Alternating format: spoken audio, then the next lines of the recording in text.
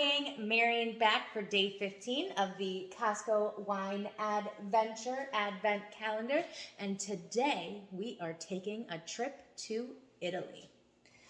All right, let's jump right in. Today we are trying a Palo Nicini, and this is a Rosato from Italy. There you go, cute little label with balloons. Remember, if you're drinking along, scan your QR code. It will take you right to day 15, cute little video and synopsis on the wine. For those of you that don't have it, I'll go ahead and drop the link in the description for you, and you guys can follow along with us. Now, let's talk about Italy first. Italy has been making wine for over 3,000 years, so I think it's safe to say that they know what they're doing when it comes to wine. Now, Italy has 20 different wine regions, 96 provinces, and 2,000 different grape varietals grown in the country. Specifically, this wine comes from the Rubicon IGT. You can see that right here on the bottom, right there. That means Indicazione Grafica Tipica. That is the certified growing area. That means the wine comes from that area specifically. But the region is actually called the Emilia-Romagna region, and it resides in central Italy. Now, this is a Sangiovese and Merlot rosé. It is 51% Sangiovese, 49% Merlot. It's also done in stainless steel. Now, you may notice that on the bottom it says Rosata, and you might be like, or Rosato, I'm sorry, Rosato. You might say, what's a Rosato? I know what a rosé is, but what's a Rosato? Same thing. That's just what the Italians call a rosé, Rosato. Okay, now, Sangiovese, the best Sangiovese comes from the Tuscany region, and that's just due south of that Emilia-Romagna region that this wine comes from. Typical notes in Sangiovese are black cherry, blackberry, violet, and spice. Now, Merlot, another great region, although it's grown all over the world, another great region in Italy for that is called the Umbria region in Italy, and that's just south of the Tuscan region that we just talked about. Typical notes of a Merlot from there are blackberry, black olive, and plum. Let's take a look from Windows on the World, and we're going to take a look at the map. So, you will see that right here is the Umbria region. Right there is Tuscany. Here's the whole boot for you to see. So you can see it's kind of in the northern central region. Now, the Emilia-Romagna region, or the Rubicon area that we were talking about, is right here in this white space. So you can see that it's not far from ideal prime growing regions. So, since these areas are so close to each other, the growing conditions are pretty similar, which means that area of Rubicon has great Sangiovese and great Merlot growing conditions. So we're going to get a nice wine from that area. All right, let's go ahead and let's get a sense of the bouquet of the wine. We're going to give it a whiff. So make sure you give your glass a little turn. We want those molecules to break open. We want those aromas to come out, those tastes to come out. So you want to get a little bit of oxygen in there, and that's why people swirl the wine. Okay, so.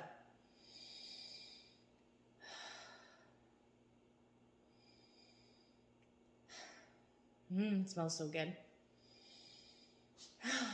Okay, so I get a lot of bubblegum right off the bat, bubblegum.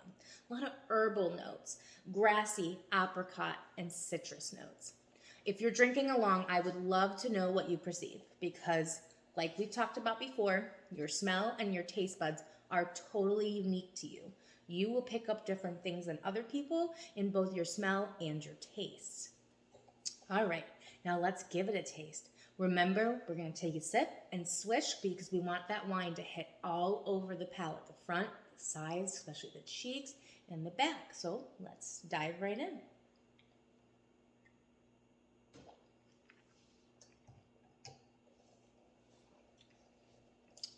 A whole lot of pucker power right up front. but it really turns into this herbal apple flavor right away. Some slate, a lot of apricot.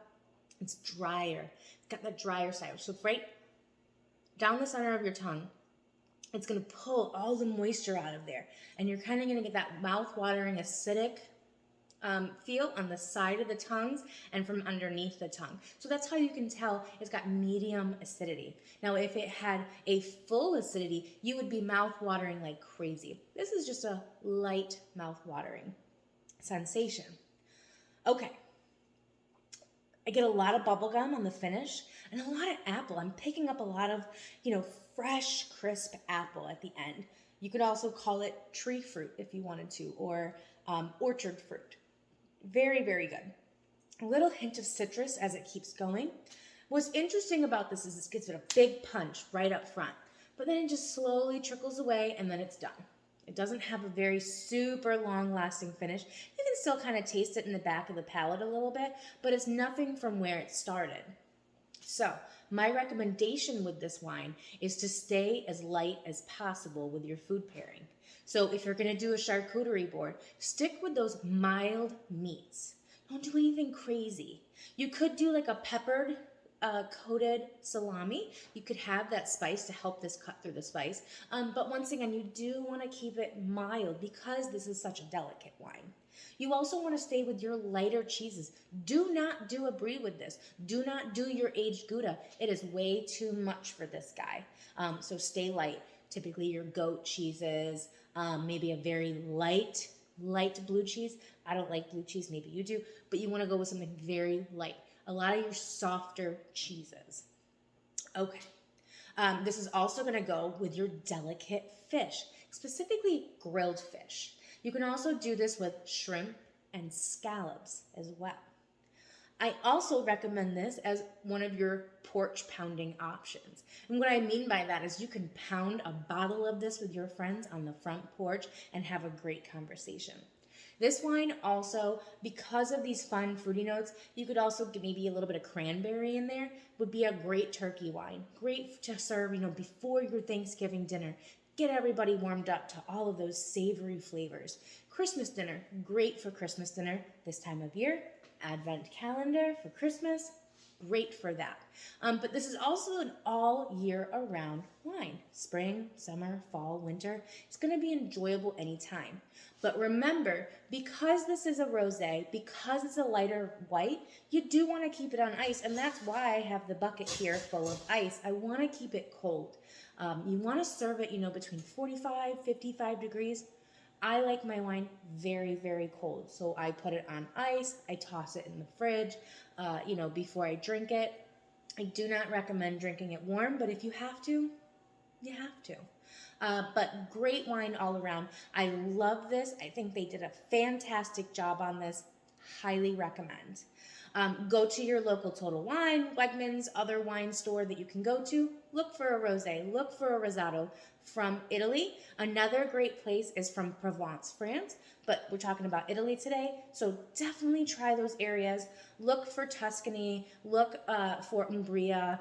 Look for Bologna, I think it's called Bologna, or from that Rubicon IGT area.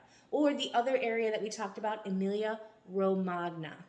Look for those. Fantastic blending on this.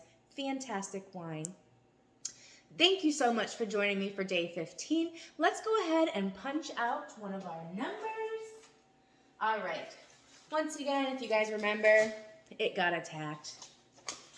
It got partially destroyed. So we're working with what we got. It was a whole lot prettier. I kept it nice, and it got destroyed. But it is what it is. Okay.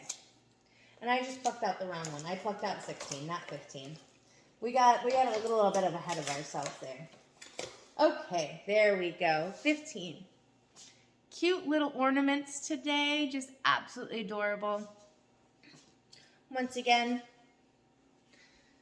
wonderful wine. Cheers to all of you. Have a great night. See you tomorrow.